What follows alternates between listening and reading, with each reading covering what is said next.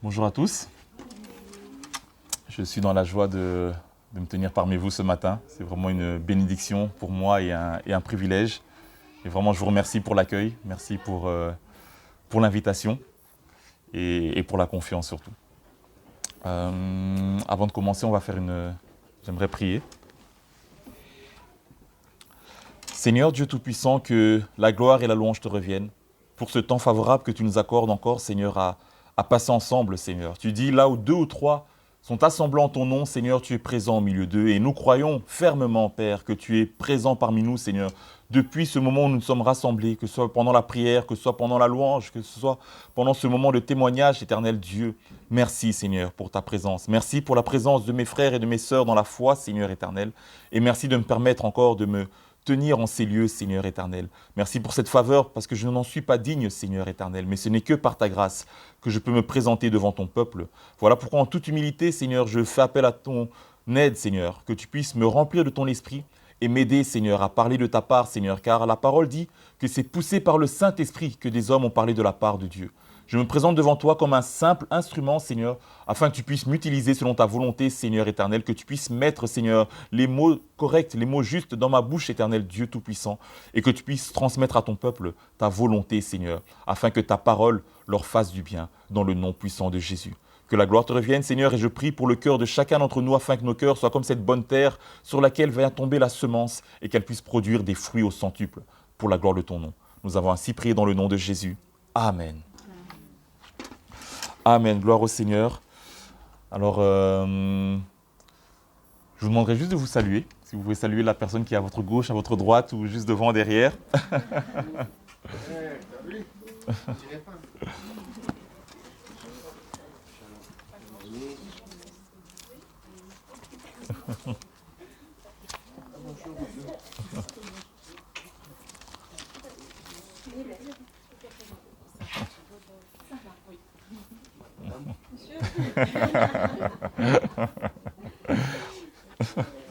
On a juste dit bonjour, on n'a pas dit prendre les numéros de téléphone. Hein. Ça, c'est...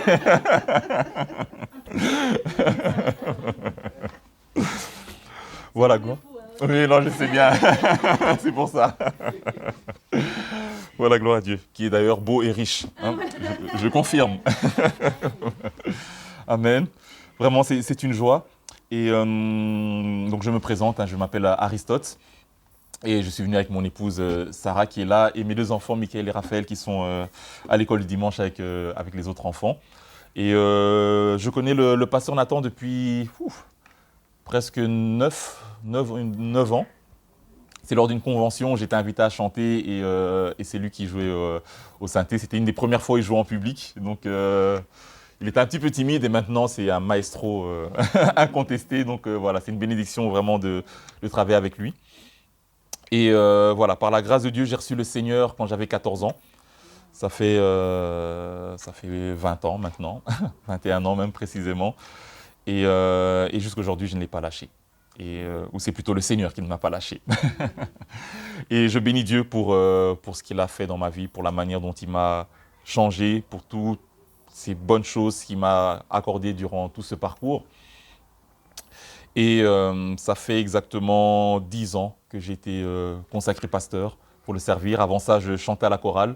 J'étais dirigeant de chorale et jusqu'à aujourd'hui aussi, d'ailleurs, je continue toujours à diriger le groupe de louanges dans notre église qui se trouve à Tubize, qui est l'église protestante évangélique de Tubize, avec mon épouse, avec qui nous sommes mariés depuis bientôt 11 ans. Donc voilà, ça c'était pour les présentations.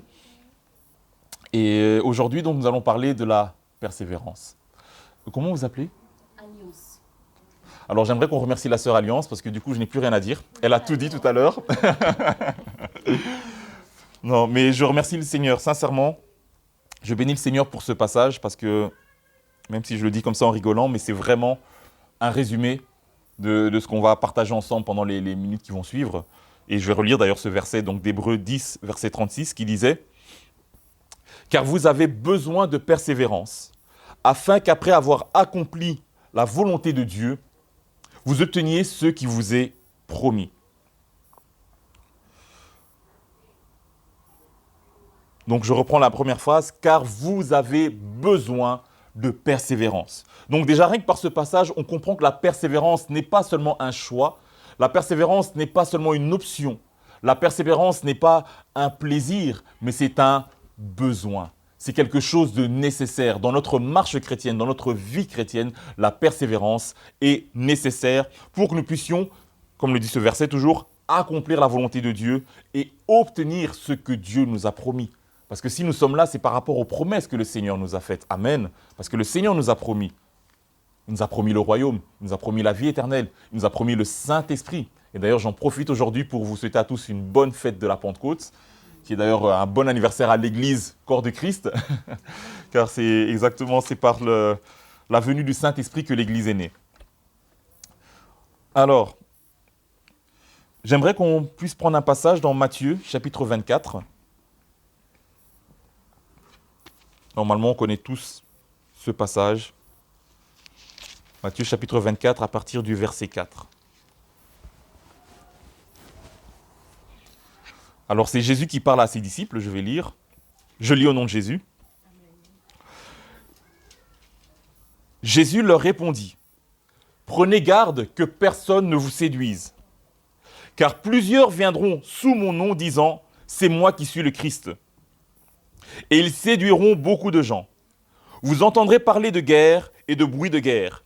Gardez-vous d'être troublés, car il faut que ces choses arrivent, mais ce ne sera pas encore la fin.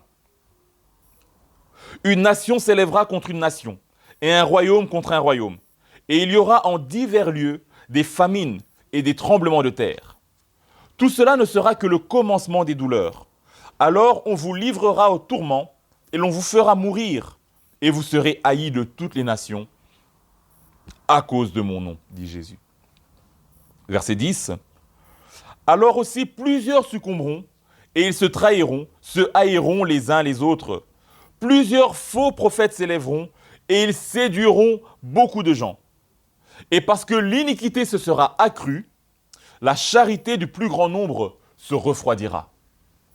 Mais celui qui persévérera jusqu'à la fin sera sauvé.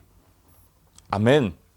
Comme je disais, on connaît tous ce passage qui parle un petit peu de la fin des temps, des événements, des catastrophes qui vont arriver, dont Jésus annonce qui vont arriver lorsque la fin se rapproche. Nous venons, et je ne sais même pas si je peux dire nous venons, si nous vivons encore, une période assez particulière depuis maintenant un peu plus de 2 ans, avec forcément l'arrivée du Covid. Ça a choqué tout le monde. Du jour au lendemain, notre vie a complètement changé. Oui, on a commencé, voilà. La manière de travailler était différente. On nous a parlé de confinement, de couvre-feu. C'est des choses qu'on n'avait encore jamais vécues en Belgique et même dans le monde en temps de paix. À part dans les temps de guerre ou des temps de troubles, effectivement, il y a des couvre-feux, des confinements, mais en temps de paix, c'est quelque chose qu'on n'avait tous jamais vécu. On a commencé à travailler de la maison. Des sociétés ont dû fermer. Depuis qu'on est, je pense, nous tous, depuis notre naissance, on n'a jamais vécu de telles situations où les magasins ferment, les restaurants ferment, où au magasin, on ne peut plus aller comme on veut, on ne peut aller qu'à une seule personne, on était obligé de porter le masque pour certaines choses, obligé de se faire tester pour pratiquer certaines activités, obligé pour certains de se faire vacciner, etc. Donc notre vie a complètement changé avec cette pandémie qui nous est survenue il y a maintenant un peu plus de 2 ans. Et ce qui s'est passé aussi surtout, c'est que pendant cette pandémie, forcément, c'était un moment assez choquant, un moment aussi où il y a beaucoup d'angoisse, beaucoup de stress, beaucoup de remise en question. Beaucoup sont partis aussi dans l'extrême en se disant « ça y est, c'est la fin du monde, voici les choses que Jésus avait annoncées, c'est la fin est proche, etc. Il faut prier, il faut se repentir, Jésus revient tout de suite, voilà, c'est la fin du monde, c'est l'apocalypse, on y est, etc. etc. » Alors oui, Jésus revient bientôt. Alors oui, il faut revenir à Christ parce que Jésus reviendra certainement. Mais maintenant, venir dire que le Covid était le signe de la fin du monde, on va un peu se calmer. On va un peu se calmer. Effectivement, ça fait partie des signes qui doivent arriver, ça c'est clair. Mais on ne doit pas aller trop vite non plus. Ce n'est pas la première pandémie qu'il y a eu depuis. Là maintenant, il y a la guerre dans certaines régions du monde. Ce ne sont pas non plus les premières guerres qu'il y a eu. Ça ne veut pas dire, ce que je veux dire par là, c'est qu'on ne doit pas s'alarmer dans le mauvais sens. On doit rester éveillé, on doit rester conscient que Jésus peut venir à tout moment et à toute heure. Parce qu'il a promis, il a dit, il reviendra comme un voleur dans la nuit. Amen. Mais nous ne devons pas non plus rentrer dans cette forme de paranoïa, dans cette forme un peu de fantasme où on s'imagine que le ciel va se déchirer, que les cavaliers de l'Apocalypse vont descendre et vont détruire la terre comme ça instantanément. Non, ces choses vont arriver, mais nous devons faire attention. C'est pour ça que la Bible dit d'ailleurs de ne pas appeler complot tout ce que le peuple appelle complot, de ne pas appeler conjuration tout ce que le peuple appelle conjuration. Et si je fais le parallèle avec ce qu'on vient de vivre et avec le passage, c'est que justement Jésus ici, il est clair.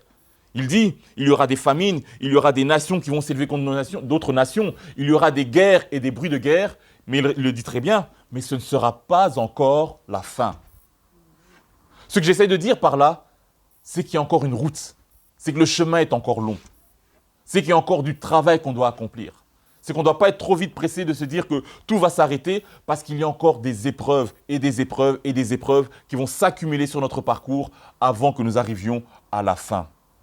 Amen. Comme je disais tout à l'heure en introduction, je me suis converti en l'an 2000. Voilà, donc on est déjà en 2022, donc oui, ça va bientôt faire 22 ans même. Et chaque année, dans chaque église où j'ai pu aller, chaque prédicateur, tout le monde annonçait que la fin était proche, que la fin était là tout de suite. Quelque part, c'est normal, parce que même l'apôtre Paul, qui a vécu il y a presque 2000 ans, lui-même pensait que la fin viendrait de son époque. Parce que quand vous lisez les écrits de l'apôtre Paul, il dit ensuite, nous les vivants, nous serons enlevés. Donc il pensait que l'enlèvement aurait lieu même de son temps. Amen. Je sais que vous vous dites, mais qu'est-ce que ça a à voir avec la persévérance? On y vient, ne vous inquiétez pas, on y vient. Et donc même Paul et nous aussi, des générations plus tard, nous avons tendance à trop vite proclamer la fin, le retour de Christ. Alors que finalement, personne ne le sait. Personne. Jésus l'a dit clairement, nul ne sait quand, même pas le Fils lui-même. Amen.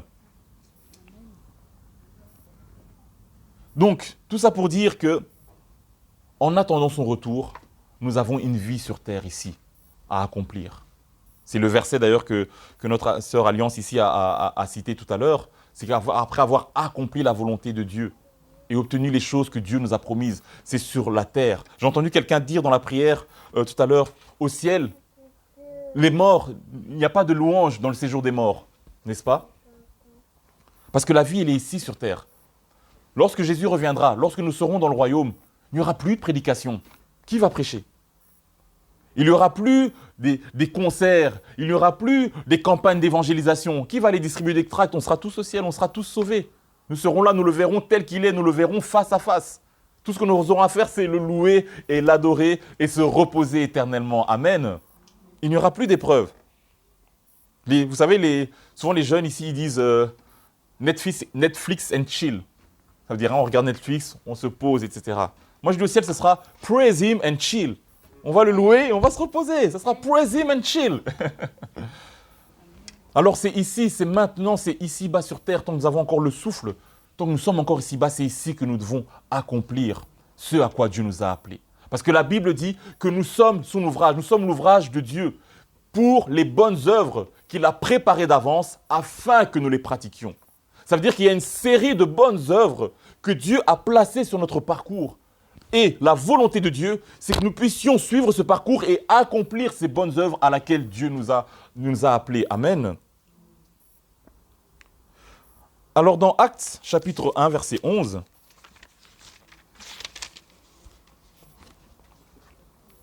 justement ça correspond avec la période que nous vivons de la Pentecôte, c'est... Je vais même lire à partir du verset 10, ou à partir du verset 9, comme ça on a le contexte. Actes chapitre 1, verset 9 nous dit ceci. Après avoir dit cela, donc on parle de Jésus bien entendu, il fut élevé pendant qu'ils le regardaient, et une nuée le déroba à leurs yeux. Et comme ils avaient les regards fixés vers le ciel, pendant qu'ils s'en allaient, voici deux hommes vêtus de blanc leur apparurent et dirent « Hommes galiléens, pourquoi vous arrêtez-vous à regarder au ciel ? Ce Jésus qui a été enlevé au ciel du milieu de vous reviendra de la même manière que vous l'avez vu allant au ciel. Et verset 12. Alors ils retournèrent à Jérusalem, de la montagne appelée des Oliviers, qui est près de Jérusalem, à la distance d'un chemin de sabbat. Donc là, ici, Jésus est en train d'être enlevé au ciel. Amen. C'est 40 jours après sa résurrection, Jésus est enlevé au ciel. Et on voit que les disciples, ils restent là sur place, scotchés en train de regarder vers le ciel, alors que Jésus a déjà été enlevé. Ils regardent le ciel et ils restent là. Et c'est à ce moment-là que 2 hommes vêtus de blanc, donc 2 anges, leur apparaissent pour leur dire « Qu'est-ce que vous regardez là-haut » De la même manière qu'il est parti, de la même manière il reviendra. Ça veut dire ne restez pas juste scotchés à attendre. Mais maintenant que vous avez reçu, allez accomplir ce à quoi Jésus vous a appelé. Parce que qu'est-ce que Jésus a dit juste avant d'être enlevé au ciel? Il leur a dit, faites de toutes les nations des disciples. Il leur a dit juste avant ici, vous recevrez une puissance, le Saint-Esprit survenant sur vous, et vous serez mes témoins. Où? À Jérusalem, en Samarie et jusqu'aux extrémités de la terre. Amen. Donc Jésus leur dit, ne soyez pas juste là à m'attendre bêtement, mais non, soyez mes témoins. Allez vers les autres, allez vers vos concitoyens, vers vos confrères, vers vos familles, vers vos proches, pour être mes témoins, pardon. Amen. Et qu'est-ce qu'ils ont fait? Donc on dit qu'ils sont retournés à Jérusalem. Et je continue à le verset 13. Quand ils furent arrivés, ils montèrent dans la chambre haute, où ils se tenaient d'ordinaire. C'était Pierre, Jean, Jacques, André, Philippe, Thomas, Barthélemy, Matthieu, Jacques, fils d'Alphée, Simon le Zélote et Jude, fils de Jacques. Donc les 11 apôtres, vu que Judas ne faisait plus partie de la communauté. Et verset 14, tous d'un commun accord persévéraient dans la prière, avec les femmes et Marie, mère de Jésus, et avec le frère de Jésus. Donc tous, qu'est-ce qu'ils faisaient? Ils persévéraient dans la prière. Et nous savons très bien qu'est-ce qui va suivre dans ce passage. Ça, c'est le chapitre 1, chapitre 2. Qu'est-ce qui arrive dans Actes chapitre 2?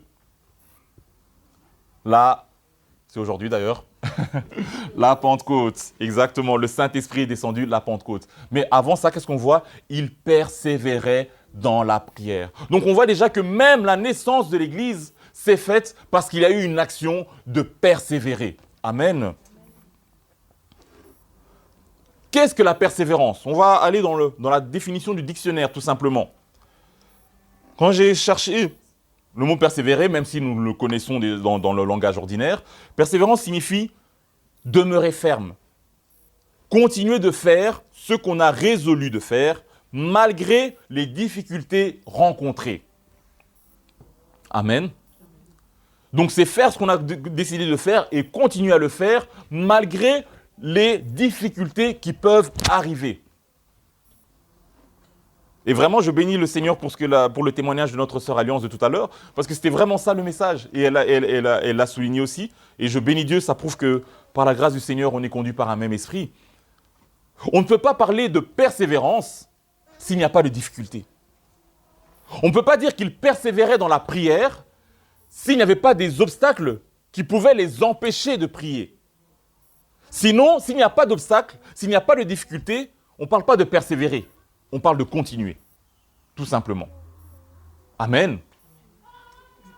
Continuer, c'est faire ce qu'on était déjà en train de faire et de continuer à le faire sans s'arrêter. Quand on dit persévérer, c'est continuer parce qu'il y a une résistance, parce qu'il y a un obstacle, parce qu'il y a des difficultés, parce qu'il y a un découragement. On ne va pas se mentir, on n'a pas toujours envie de prier. On ne va pas se mentir, on n'a pas toujours envie de se lever un dimanche matin, de s'apprêter, de prendre sa voiture, de prendre sa femme, ses enfants, sachant tout le temps que ça prend pour que tout le monde s'apprête, etc., pour venir à l'église. On ne va pas se mentir. Il y a des jours où on a envie juste de faire la grasse matinée. On a une grosse... L'amène la venue du cœur. Mais il y a des jours où on a une grosse semaine au travail, une grosse semaine peut-être à l'école. Le samedi, on n'a pas eu le temps de se reposer parce qu'il fallait faire les courses, il fallait faire le ménage, on a peut-être reçu la famille à la maison, etc. Il y avait l'anniversaire d'un enfant. Et puis le dimanche, le seul jour où les gens du monde se reposent, eh ben non, on doit encore se lever tôt, aller à l'église, faire des kilomètres. Mais on le fait quand même, on persévère.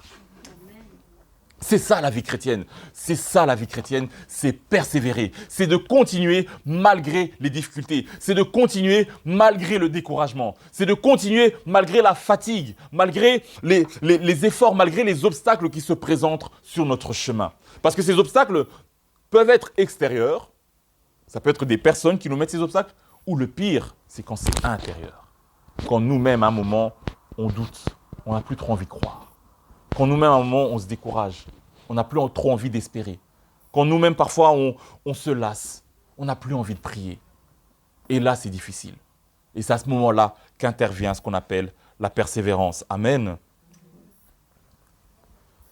Et la persévérance, elle ne s'applique pas seulement dans la foi, mais elle s'applique dans tous les domaines. Ça s'applique dans les études, ça s'applique dans le travail, ça s'applique dans l'éducation des enfants, ça s'applique dans le mariage. Le mariage, c'est pas toujours rose, c'est pas toujours facile. Parfois, on a envie d'abandonner. L'éducation des enfants, c'est pareil. Parfois, on n'en peut plus, on est à bout d'idées, on ne sait plus quoi faire, on a envie d'abandonner. Les études, n'en parlons même pas. Je pense qu'on a eu un beau témoignage à ce sujet tout à l'heure. C'est pas toujours facile. Le travail, pareil. Parfois, on n'aime pas notre emploi, ou chercher un emploi, c'est pas toujours évident. Parfois, ce qu'on fait, on n'aime pas vraiment ce qu'on fait, on a envie d'arrêter, mais on sait que si on arrête, on n'aura plus de revenus. C'est pas facile. Pareil pour ceux qui sont indépendants, qui travaillent à leur propre compte, c'est pas toujours évident. Mais c'est la persévérance qui fait la différence. Amen. Ceux qui réussissent dans la vie, et là, je pourrais même dire chrétiens comme non chrétiens, ceux qui réussissent dans la vie, c'est parce qu'ils mettent en pratique ce qu'on appelle la persévérance. Ils vont jusqu'au bout des choses et ils ne s'arrêtent pas tant qu'ils n'ont pas atteint l'objectif.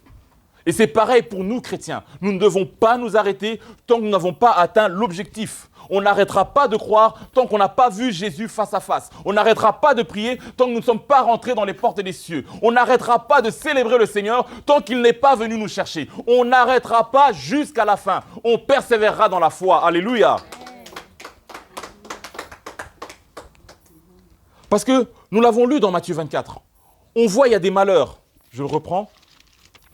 On voit qu'il y a des guerres, des bruits de guerre. On voit qu'il y a des faux prophètes. Et on va détailler tout cela par la grâce de Dieu.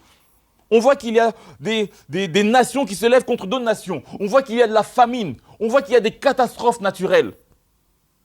On voit que même l'amour, la charité, la compassion s'est refroidi. Parce que le péché a atteint un niveau tellement élevé. Je le relis. Alors on vous livrera en tourment. On vous fera mourir. Vous serez haïs de toutes les nations. Et vous serez haïs de toutes les nations à cause de mon nom, pardon. Alors aussi, plusieurs succomberont et ils se trahiront les uns les autres. Ils se haïront les uns les autres. Plusieurs faux prophètes s'élèveront et ils séduiront beaucoup de gens. Et parce que l'iniquité se sera accrue, la charité du plus grand nombre se refroidira. Mais il y a un mais. On dit que plusieurs vont succomber, plusieurs vont tomber, plusieurs vont abandonner, plusieurs vont voir que même leur amour, leur charité s'est refroidi. Mais il y a un mais. Et on lui dit, mais celui qui persévérera sera sauvé. On n'a pas dit, mais celui qui priera sera sauvé. On n'a pas dit, mais celui qui jeûnera sera sauvé. On n'a pas dit, mais celui qui chantera à l'église sera sauvé. On n'a pas dit, mais celui qui prêche la bonne nouvelle sera sauvé. On a dit, mais celui qui persévérera. Vous voyez, dans tout ce passage, Jésus ici décrit une tonne de catastrophes, de malheurs, d'obstacles qui peuvent arriver dans la vie. Et la seule qualité qu'il donne pour s'en sortir, c'est la persévérance. Amen. Il aurait pu dire, mais celui qui persévérera et qui sera sanctifié, et qui priera, et qui jeûnera, et qui aimera son prochain, celui-là sera sauvé. Non, il a dit, mais celui qui persévérera. Le Seigneur nous appelle à la persévérance. Le Seigneur nous appelle à veiller à cela avec une particulière attention. Il a dit, celui qui persévérera sera sauvé. Ne lâchons pas, ne baissons pas les bras. Ne nous laissons pas décourager, même lorsque c'est difficile, même lorsque les doutes sont là, même lorsque les remises en question sont là. Persévérons jusqu'à la fin. C'est surtout ça, jusqu'à la fin. Pas persévérer au début, j'ai persévéré, c'est bon. Non. pas persévérer jusqu'à la moitié, pas persévérer jusqu'à 80%, pas persévérer jusqu'à 90%, persévérera jusqu'à la fin. Alléluia. Ici, on parle effectivement des éléments de la fin du monde, mais aussi, on peut aussi l'attribuer à notre vie de tous les jours. Lorsqu'on a un projet, lorsqu'on est dans les études, lorsqu'on est dans le mariage. On va prendre un peu les obstacles dont Jésus parle pour illustrer un petit peu la persévérance. Il dit déjà en premier, « Prenez garde que personne ne vous séduise. Car plusieurs viendront sous mon nom disant « C'est moi qui suis le Christ » et ils séduiront beaucoup de gens. » Et plus loin, il disait, au verset 11, « Plusieurs faux prophètes s'élèveront et ils séduiront beaucoup de gens. » Quel que soit le chemin que tu empruntes, quel que soit l'objectif que tu vises, quelle que soit la destinée que Dieu a prévue pour toi, il faut savoir que dans ton parcours, pour vivre l'accomplissement de ce que Dieu a réservé pour toi, il y aura des faux prophètes. Il y aura des faux Christ. Quand je parle de faux prophètes, je ne parle pas seulement des hommes en costume qui vont venir ici devant et vont dire je vois, tu as une voiture rouge, je vois que tu seras millionnaire dans 3 ans. Non, je ne parle pas de ces faux prophètes-là. Les faux prophètes, ce sont ces voix qui sont parfois internes ou de la part des gens qui t'entourent, qui sont là pour te décourager. Ces voix qui te disent que tu n'y arriveras pas. Ces voix qui te disent, tu as déjà échoué 3 fois, ça ne sert à rien d'essayer une 4e fois. Ces voix qui te disent, abandonne-le, c'est mort de toute façon, vous ne pourrez pas continuer votre vie ensemble. Toutes ces voix-là qui te poussent à te décourager, qui te poussent à abandonner, qui te poussent à retourner en arrière, qui te poussent même à abandonner Christ, ce sont là les voix des faux prophètes qu'il ne faut pas écouter. Alléluia. Les faux prophètes, ce n'est pas seulement les charlatans, ce n'est pas seulement les diseuses de bonne aventure. Un faux prophète peut être ton meilleur ami. Et le pire, c'est que ce n'est pas parce que c'est ton meilleur ami, ça peut être ton meilleur ami chrétien, on va dire ça comme ça. Et ce n'est pas parce qu'à ce moment-là, il est faux prophète que ça veut dire que lui, c'est un homme mauvais. Que lui, il est pas par Dieu. Je vais vous donner un simple exemple. Jésus. Jésus parle à ses disciples et leur fait comprendre que je dois mourir. C'est ma mission, je dois mourir et je serai ressuscité. Et que dit Pierre? Il dit à Dieu ne le plaise, ça n'arrivera pas. Est-ce que Pierre était contre Jésus? Non. Est-ce que Pierre était un antéchrist? Non. Est-ce que Pierre était un sataniste, un sorcier, un devin, un magicien? Non. Il aimait Jésus sincèrement. Mais que Jésus lui répond? Arrière de moi, Satan. Parce qu'à ce moment-là, Pierre, dans son amour et même avec sa bonne foi, il devient un faux prophète. Il dit à Dieu ne plaise, cela n'arrivera pas. Il prophétise que ça n'arrivera pas. Mais non, Pierre, ça doit arriver. Jésus doit mourir. Et c'est ça qui arrive souvent. Dans notre destinée, il y aura des personnes, même avec la bonne volonté, qui vont parfois venir nous décourager, parfois venir nous dire d'arrêter, vouloir empêcher d'accomplir ce que Dieu a prévu pour nous. Même s'ils le font peut-être par amour ou par gentillesse. Et c'est là qu'il faut avoir le discernement, de comprendre que je sais que Dieu m'appelle à ça, je persévère.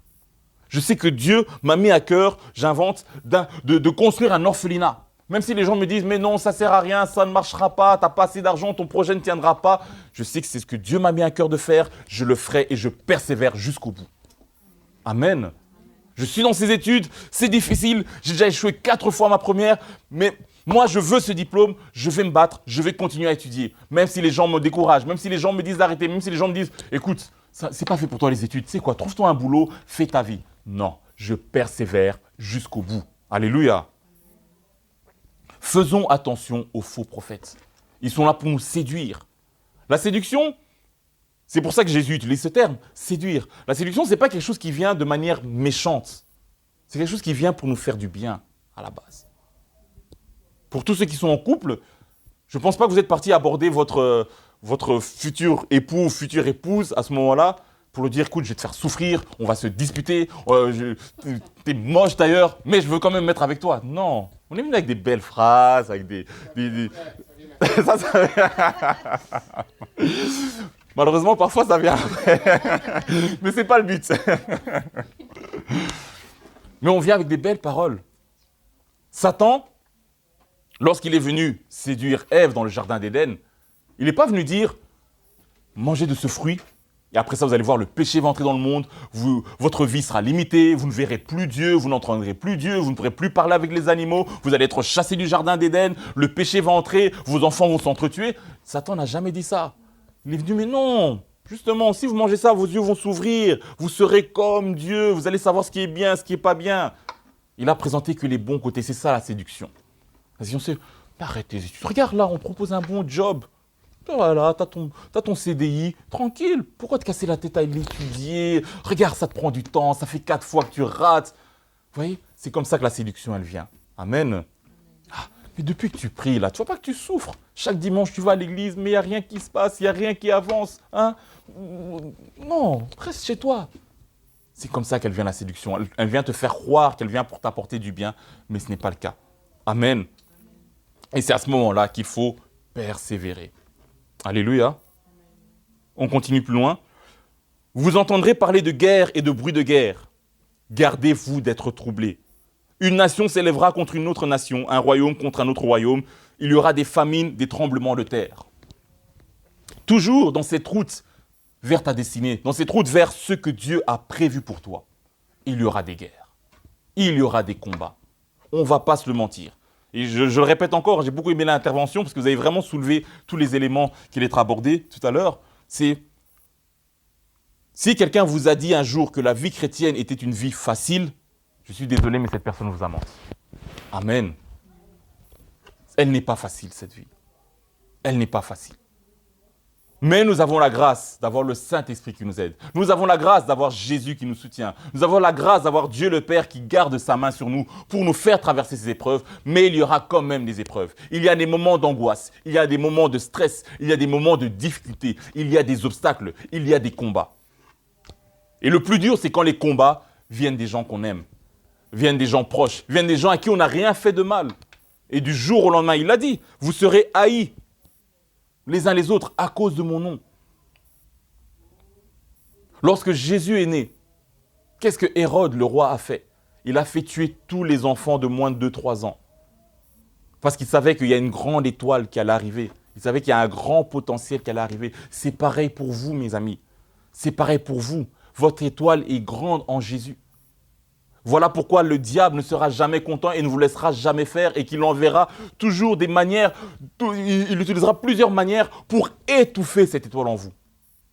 Pour que les combats, les guerres, les royaumes qui s'élèvent contre les autres, la haine des autres vous poussent à étouffer vous-même l'étoile qui est en vous. Parce que lui, il n'a pas ce pouvoir. Satan n'a pas le pouvoir d'étouffer votre étoile. Il n'a pas le pouvoir d'anéantir votre destinée. La seule chose qu'il peut faire, la preuve, il n'avait pas le pouvoir de faire manger Adam et Ève ce fruit défendu. Sinon, il l'aurait pris, il l'aurait préparé, il l'aurait coupé en rondelles, tenez, mangez. Non, il n'a pas ce pouvoir. Le seul pouvoir qu'il a, c'est de nous pousser nous-mêmes à le faire. Amen. Voilà pourquoi il va susciter des combats, des douleurs, des difficultés pour nous pousser nous-mêmes à étouffer, nous pousser nous-mêmes à nous décourager et à ne pas aller jusqu'au bout. Mais je le répète, persévérons, ne lâchons pas. Amen.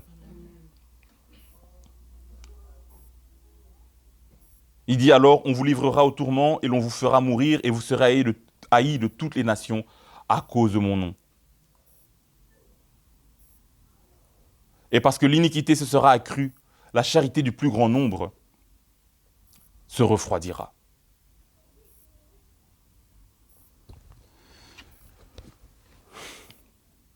Jésus a dû faire face aux mêmes épreuves. Parce que parfois, nous savons que Jésus est le Fils de Dieu, qu'il est Dieu, mais il est aussi homme. Enfin, la Bible dit que Dieu ne tente personne et ne peut pas être tenté par qui que ce soit. Mais Jésus, il a été tenté. Parce que Jésus est aussi homme. Ça n'a pas été facile pour Jésus de nous sauver. Si aujourd'hui nous sommes ici, si aujourd'hui nous avons la foi, si aujourd'hui nous sommes chrétiens, si aujourd'hui nous croyons que nous sommes sauvés, si aujourd'hui nous croyons que notre nom est inscrit dans le livre de vie, c'est parce que Jésus a persévéré jusqu'au bout. Malgré les difficultés, malgré les épreuves, malgré les découragements. La Bible dit que dans le jardin, près du mont des Oliviers, à Gethsémani, Jésus était angoissé. Il savait que la mort arrivait bientôt. Il savait surtout que la souffrance arrivait bientôt. Pourtant, il savait aussi que Dieu allait le ressusciter. Mais avant la résurrection, il faut passer par la mort. Et avant la mort, il faut passer par la souffrance. Il était angoissé. La Bible dit qu'il priait que de son visage coulait comme des grumeaux de sang, tellement il était dans l'angoisse. Même les disciples qui étaient là, ils n'avaient jamais vu Jésus dans cet état-là. Et est-ce que vous vous souvenez de la prière de Jésus qu'il fait à ce moment-là? Il dit, Père, s'il te plaît, s'il est possible, éloigne de moi cette coupe. Ouh! Est-ce qu'on réalise ce que ça veut dire? C'est vrai que parfois nous lisons la Bible, on lit des passages, on lit 2 phrases, on tourne la page, parce qu'on connaît déjà la fin. Donc on ne se rend pas compte de l'impact ou de l'importance ou même de la gravité de certaines situations. Jésus est en train de dire, s'il est possible, éloigne de moi cette coupe.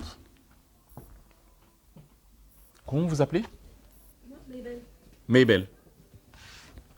Donc si on traduit cette phrase, s'il est possible, éloigne de moi cette coupe, c'est-à-dire, Seigneur, s'il est possible, je ne veux pas que Mabel soit sauvée. S'il est possible, je ne veux pas que l'église de Wezenbeek-Krainem soit sauvée. S'il est possible, je ne veux pas qu'Aristote soit sauvé. S'il est possible, je ne veux pas que le monde soit sauvé. S'il est possible, je veux que Satan continue à régner sur le monde. Parce qu'il ne veut pas souffrir. S'il est possible, je ne veux pas accomplir ma destinée. S'il est possible, Seigneur, je ne veux pas avoir le nom qui est au-dessus de tout nom. S'il est possible, je ne veux pas être le sauveur du monde. C'est ça que ça veut dire, éloigne de moi cette coupe. Ça veut dire c'est trop dur. Ce que tu m'as demandé, en fait, c'est trop dur. Je peux pas, je veux pas, s'il te plaît, éloigne ça de moi, j'abandonne. C'était une manière de Jésus de dire, j'abandonne, mais pas vraiment. C'est pour ça qu'il, s'il est possible. Donc, il essaie un petit peu de négocier, il se bat en fait en lui-même. Parce qu'il y a une part de lui qui veut juste abandonner. Parce que la souffrance, il voit la souffrance, c'est trop dur. Jésus est la vie. Vous vous rendez compte? Jésus est la vie, mais il doit mourir. Vous imaginez? Il est la vie, mais il doit mourir. Et pas mourir comme aujourd'hui, lors d'une euthanasie, où ça se fait dans le calme, dans la paix, quelques injections, on s'endort et on parle lentement sans souffrir. Non, une mort atroce. Il doit être flagellé, couronné d'épines, percé aux mains, percé aux pieds, percé sur les côtés. Ça prend des heures. Ce n'est pas une mort qui vient directement. La crucifixion, ça prend des heures. C'est horrible. C'est une agonie constante pendant des heures et des heures. C'est pour ça que c'était les criminels qui étaient tués de cette manière-là. Et d'ailleurs, ils étaient même surpris de voir que Jésus était mort aussitôt. Parce que ça prend des heures, on étouffe en étant comme ça, crucifié dans cette position-là, on ne sait pas bien respirer. Il y a tout le poids du corps qui retombe sur ses mains et ses pieds percés. Sans compter la couronne d'épines qui fait pression sur sa tête constamment. C'est horrible.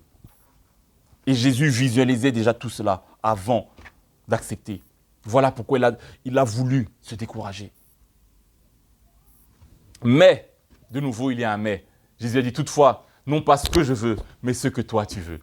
Il ne s'est pas abandonné, il ne s'est pas relâché. Il n'a pas baissé les bras, mais il a persévéré jusqu'au bout. Il a été jusqu'au bout. Il a dit, c'est bon Seigneur, j'accepte la mission. J'accepte de faire ta volonté. J'accepte de traverser ces épreuves. J'accepte de souffrir. J'accepte de parcourir ce chemin de croix où je vais être humilié. On va me cracher dessus. On va me jeter des pierres. Je vais devoir porter une lourde croix. Mais je l'accepte parce que je sais qu'après cela, j'irai dans le séjour des morts récupérer la clé. Après cela, j'irai sauver ce qui était perdu. Après cela, il y a des milliers, des milliards d'âmes qui seront sauvées. Alléluia. Et après cela, j'obtiendrai ma couronne. J'obtiendrai le nom qui est au-dessus de tout nom. Alléluia. Voilà ce qui t'arrivera si tu persévères jusqu'au bout. Tu auras ta récompense. Tu auras ta victoire. Tu auras ta promesse. Tu auras ta bénédiction. Tu accompliras la destinée que Dieu a prévue pour toi. Alléluia. Ne baisse pas les bras, mais persévère jusqu'au bout par la grâce de Dieu. Le Seigneur ne t'abandonnera pas. Le Seigneur ne nous abandonnera pas. Ça fait peur. C'est peut-être effrayant. Je ne sais pas quelle est la situation que tu vis. Je ne sais pas quels sont les projets que Dieu a mis dans ton cœur et que tu as l'impression qu'il n'y a rien qui avance. Va jusqu'au bout. J'aimerais qu'on ait vraiment, si je peux donner une illustration, ben ça c'est une belle image par exemple. Imaginons cette personne qui doit pousser sur cette pierre pour trouver un trésor. Mais lui, il ne voit pas ce qu'il y a derrière la pierre. On est d'accord sur cette image. Et combien de gens ne s'arrêtent pas là? Parce qu'à un moment, ils disent, j'essaie de pousser la pierre, mais elle retombe à chaque fois. J'essaye, alors que peut-être son trésor est juste là. Parfois, on abandonne alors qu'on aurait persévéré un peu plus.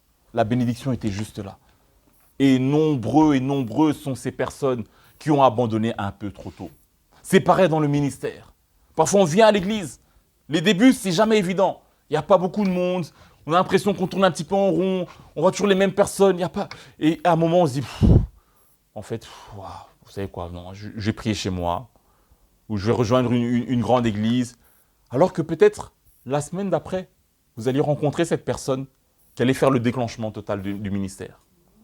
Peut-être que 2 semaines plus tard, vous allez rencontrer une personne qui cherche une église. Mais cette personne a une famille, cette personne a des amis, cette personne a des compétences. Elle peut vous aider dans la louange, elle peut vous aider dans la prédication, elle peut vous aider dans la salle, elle peut vous aider dans l'évangélisation. Vous ne savez pas ce qui se cache derrière. C'est pour ça qu'il ne faut pas abandonner trop vite. Alléluia. C'est l'erreur de beaucoup. Voilà pourquoi la Bible dit d'ailleurs, ne méprisez pas les faibles commencements. Rien ne commence en grand. Rien. Nous tous ici, nous sommes, je pense, 8 milliards d'êtres humains sur Terre. Nous tous, on était un fœtus. On était un petit bébé, on a grandi, on est né, etc. Personne n'est né grand. Personne n'est sorti du ventre de sa maman en mesurant 1m75, 1m80, 2 mètres, je ne sais quoi. Non, nous tous, on a commencé petits. Tous les arbres que vous voyez là, toutes ces plantes, on est ici au 2e étage, regardez, il y a des arbres qui sont même plus hauts que ce niveau-ci. Tous ces arbres ont d'abord été une graine. Aucun arbre n'est venu, peut-être ceux du commencement, ça je ne sais pas, là j'étais pas là. Mais en tout cas, tous ceux qu'on voit aujourd'hui en 2022, tous ont d'abord été une graine. Ne méprisez pas les faibles commencements. Ça peut prendre du temps.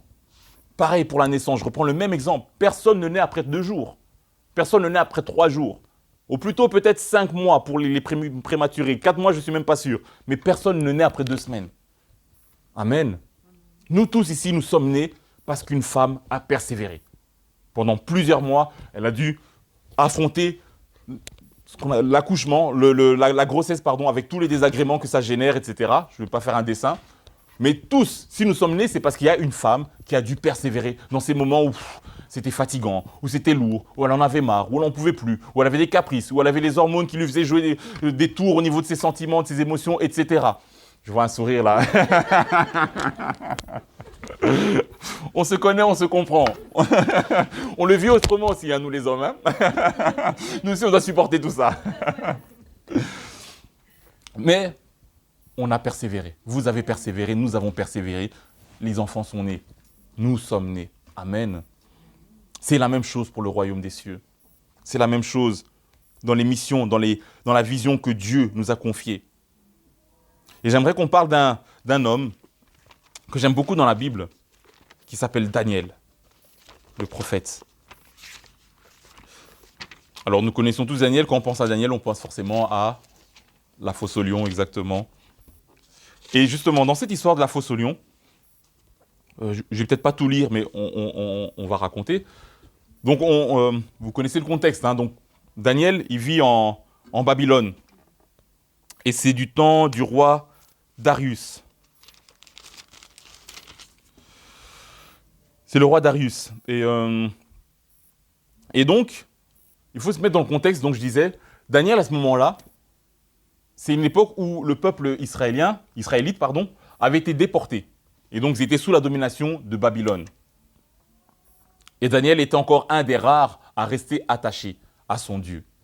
Autour de lui, il travaillait avec des magiciens, des astrologues, des gens qui invoquaient le diable, qui invoquaient les esprits, etc. Donc lui, il était quasi le seul, parce qu'il travaillait en plus dans le gouvernement, donc il était le seul dans le gouvernement à aimer Dieu, à servir Dieu, alors que tous ceux qui l'entouraient, tous ses collègues de travail, si on peut dire ça comme ça, tous ceux avec qui il travaillait, étaient des personnes qui invoquaient les esprits, qui priaient les étoiles, etc., etc.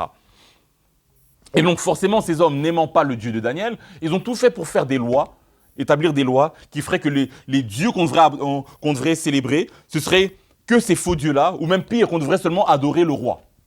Alors que nous savons que la seule personne qui doit être adorée, c'est Dieu. Amen. Et pas les hommes. Et donc forcément, le roi aussi sous l'influence, il va accepter, il va valider cette loi. Que quiconque invoque un autre Dieu que le roi, il doit être jeté dans la fosse au lion. Mais Daniel était toujours fidèle à son Dieu. La Bible dit Daniel, 7 fois par jour, il priait toujours en direction de Jérusalem. Toujours, il continuait à faire ses prières. Et même quand cette loi est sortie, il s'est dit, moi, je ne l'abandonnerai pas, mon Dieu. Moi, je ne me plierai pas aux lois des hommes au détriment de ma foi en Dieu. Je ne dis pas qu'il faut désobéir à la loi. Il faut obéir à la loi, mais il faut respecter Dieu. Amen. Et donc forcément, pendant que Daniel faisait ses prières, parce que c'était un coup monté, on le sait, il a été pris sur le fait. Ah, on a vu Daniel, il ne respecte pas la loi, il a prié son Dieu, alors qu'il était censé adorer le roi. Et il a été jeté dans la fosse aux lions. Et là, du coup, le roi, lui, il aimait beaucoup Daniel. Parce qu'il trouvait qu'il était rempli de sagesse. C'était un homme très sage, très intelligent. Daniel, c'est un des seuls prophètes qui a travaillé avec 4 rois différents d'affilée. Il a commencé très jeune. Déjà très jeune, il s'est démarqué par son intelligence, par sa sagesse, par son comportement et par son zèle pour Dieu. Et il y a 4 rois successifs qui ont été avec lui. Et Daniel était toujours là. Vous voyez, un peu comme la reine d'Angleterre, là aussi. Hein. Elle a vu, je ne sais pas combien de ministres, combien de rois, toutes les guerres. Elle était là. On dirait qu'elle a toujours été là. Moi, je suis né, elle était là.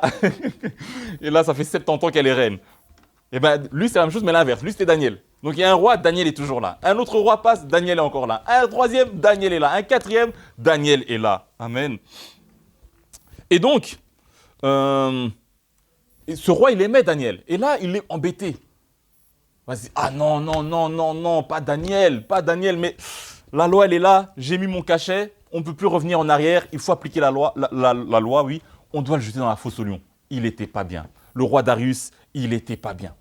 Il était tellement mal qu'il va descendre dans la fosse pour écouter, pour prendre des nouvelles de Daniel. Et j'aimerais juste lire ce passage. Alors, écoutez ça, hein. Daniel chapitre 6, verset 17. On dit donc, on apporta une pierre et on l'a mise sur l'ouverture de la fosse. Le roi la scella de son anneau et de l'anneau de ses grands, afin que rien ne fût changé à l'égard de Daniel.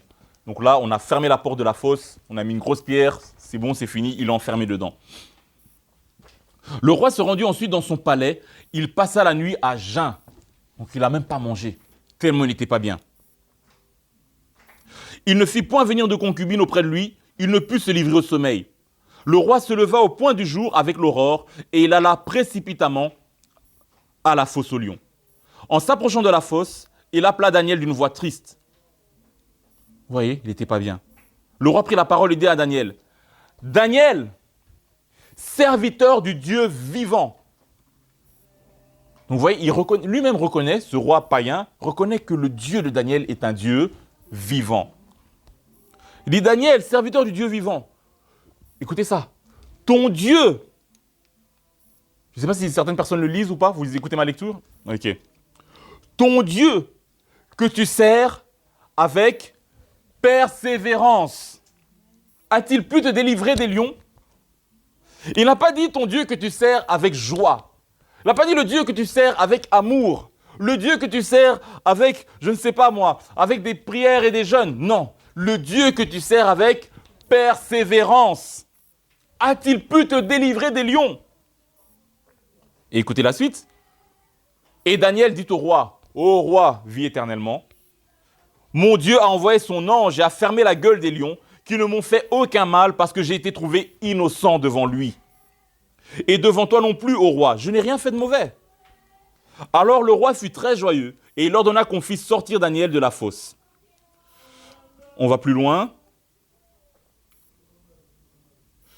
Le roi ordonna que ces hommes qui avaient accusé Daniel fussent amenés et jetés dans la fosse aux lions, eux, leurs enfants et leurs femmes, avant qu'ils fussent parvenus au fond de la fosse. On dit que les lions les ont saisis et brisèrent tous leurs os.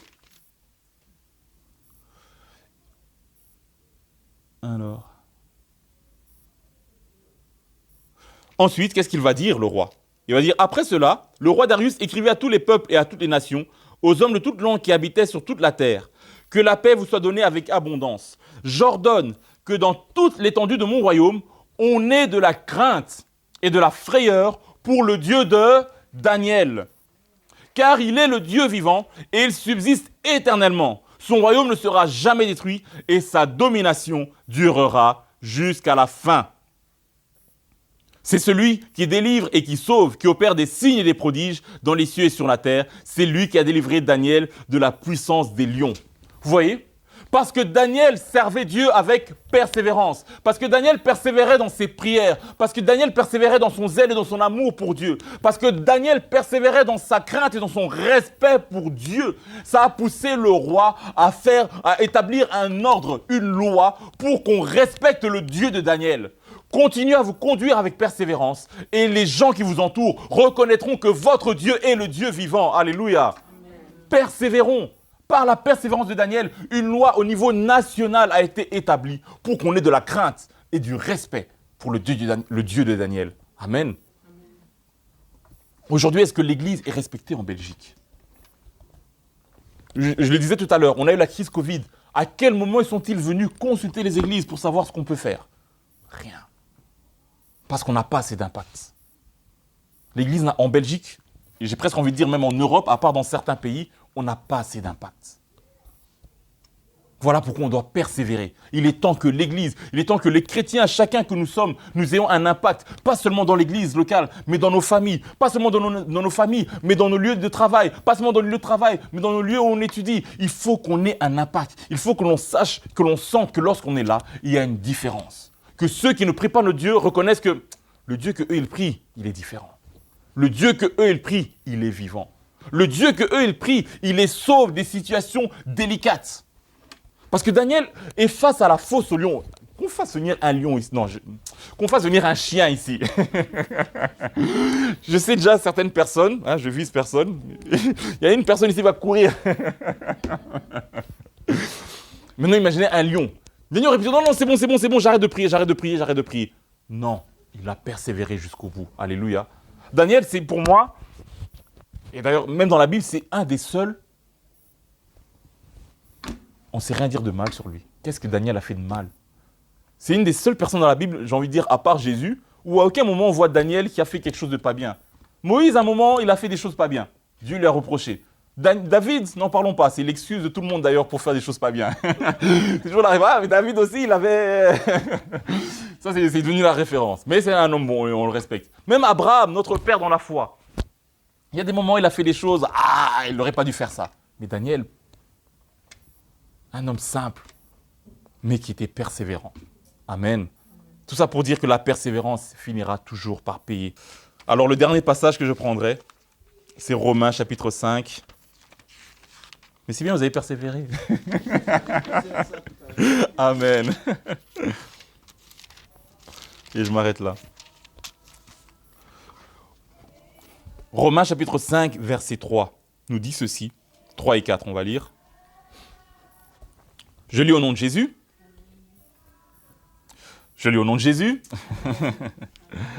Bien plus, nous nous glorifions même des afflictions, sachant que l'affliction produit la persévérance. La persévérance, la victoire dans l'épreuve, et cette victoire, l'espérance. Donc je répète, nous nous glorifions même des afflictions, donc des souffrances, des détresses, parce que l'affliction produit la persévérance. Et la persévérance produit quoi ? La victoire. Voilà pourquoi parfois Dieu lui-même va susciter des détresses, des conflits, des combats dans nos parcours, pour que ces combats-là nous poussent à persévérer, sachant que la persévérance elle-même produira quoi ? La victoire. Alléluia. Voilà pourquoi nous aimons tous dire, nous sommes plus que vainqueurs en Jésus. Amen, nous sommes plus que vainqueurs. Mais pour que nous ayons cette victoire, il nous faut de la persévérance. Et pour que nous ayons de la persévérance, il nous faut des épreuves. Alléluia. Alors, quelles que soient les épreuves qui sont sur votre route, les épreuves qui sont dans votre parcours, quelles que soient les épreuves dans votre mariage, les épreuves dans vos études, les épreuves dans votre ministère, les épreuves dans votre église, persévérez. Alléluia. Car Jésus a dit, mais celui qui persévérera jusqu'à la fin sera sauvé. Celui qui persévérera jusqu'à la fin réussira. Celui qui persévérera jusqu'à la fin obtiendra les promesses de Dieu. Celui qui persévérera jusqu'à la fin sera victorieux. Alléluia. Que le Seigneur bénisse sa parole et que le Seigneur vous bénisse abondamment. Amen. Gloire à Dieu. Merci Seigneur.